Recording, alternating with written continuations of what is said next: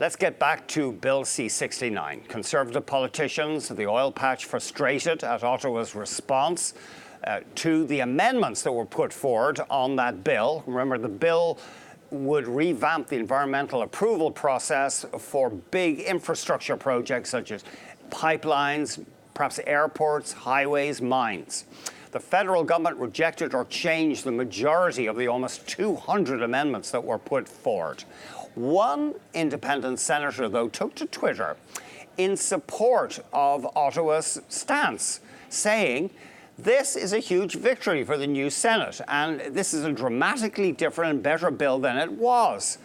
Senator Paula Simons joins us now. Senator, thanks so much for coming on the show. So you are encouraged by the fact that the government did take on board some of the amendments, and you say, actually, their flexibility here was unprecedented. Well, I want to be really clear here because I understand you've been chyroning me as senator in favor of C-69. Let's be really clear. I'm not applauding the government. This bill that came to us was extraordinarily flawed, prejudicial not just to my home province of Alberta, but a real roadblock to the development of major infrastructure in this country. Okay. And so the Senate sat down and we proposed 187 amendments. Now let's get our math right. The government has accepted 99 of those amendments, either in full or in part. So 99 out of 187 is a lot of amendments. Even for me as an English major, I know that that's a goodly number, more than half. So we need to understand that up until this moment in history, no government accepted amendments like this to a bill. If a Liberal government, Conservative government, senators would maybe offer 2, 3, 4, 5 amendments. The government would maybe accept 1 or 2 every now and then. So what people need to understand is that this represents a fundamental rewriting of a piece of legislation, and that is thanks to the coordinated work of independent Liberal and Conservative senators on that committee. And so I'm quite cross at the narrative that has come out, first of all, from the government. Remember, I'm not a Liberal, not a member of the government. So when I see the government coming out and saying, we rejected 93% of Conservative amendments, that's extremely unhelpful because the amendments that came forward were Senate amendments. They didn't have little name taggies on them that said Conservative, Independent. We presented joint amendments. And of the 187, 99 were accepted in full or in part. And so I think that's A, a sign that Bill C-69 was pretty flawed to start with, and B, a sign that a new, more independent Senate has more moral and political authority to say, guys, you've made some mistakes. Let's give you a little sober second thought.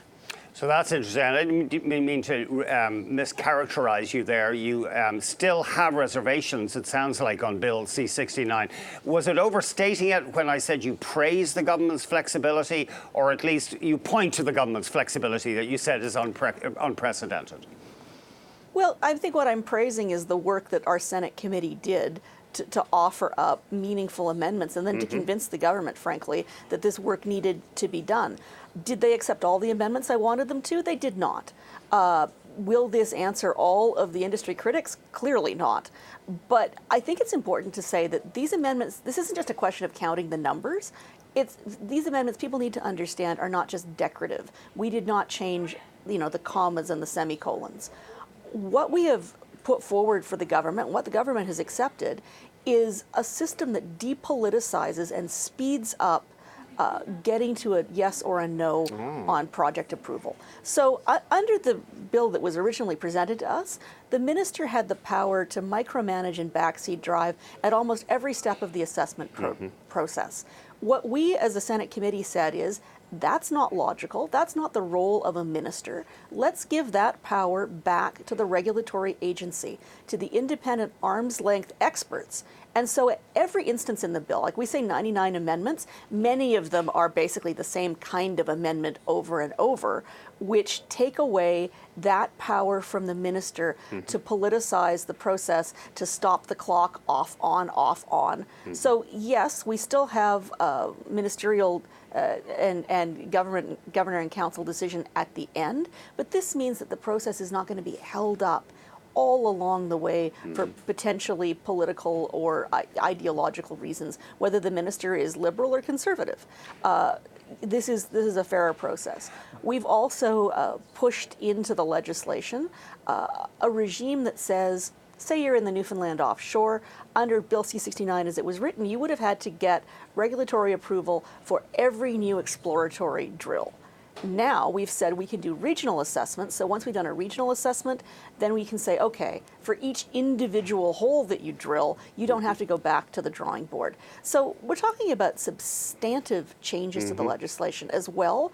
There are changes like in the original version, a proponent was literally not allowed to go to a First Nation. I mean, you were just speaking to Joe Dion from Frog Lake.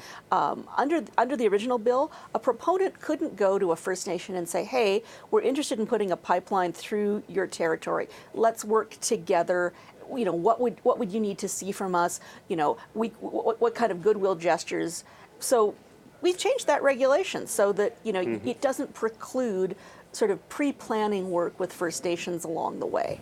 So on and on and on through the bill. I won't enumerate 99 changes, you know, but it is substantive. Let me jump in there because you do say the government has accepted real improvements to the bill. Do you still think, though, it'll be very damaging to the energy sector if it's now passed, as the government is willing to do so, into law?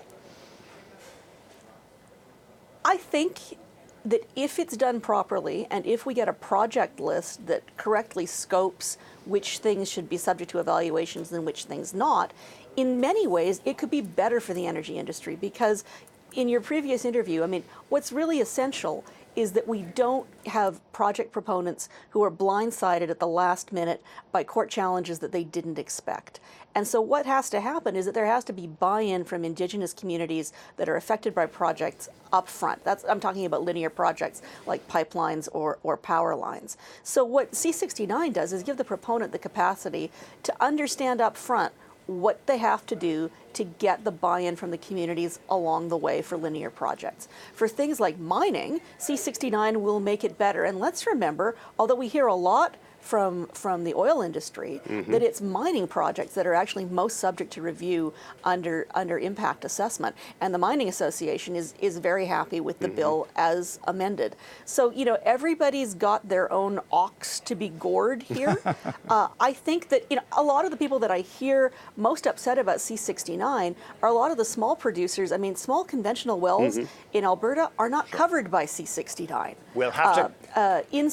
Yeah, so, you know, I mean, I think people need to calm down, take a deep breath, and look at what actually got approved by the House.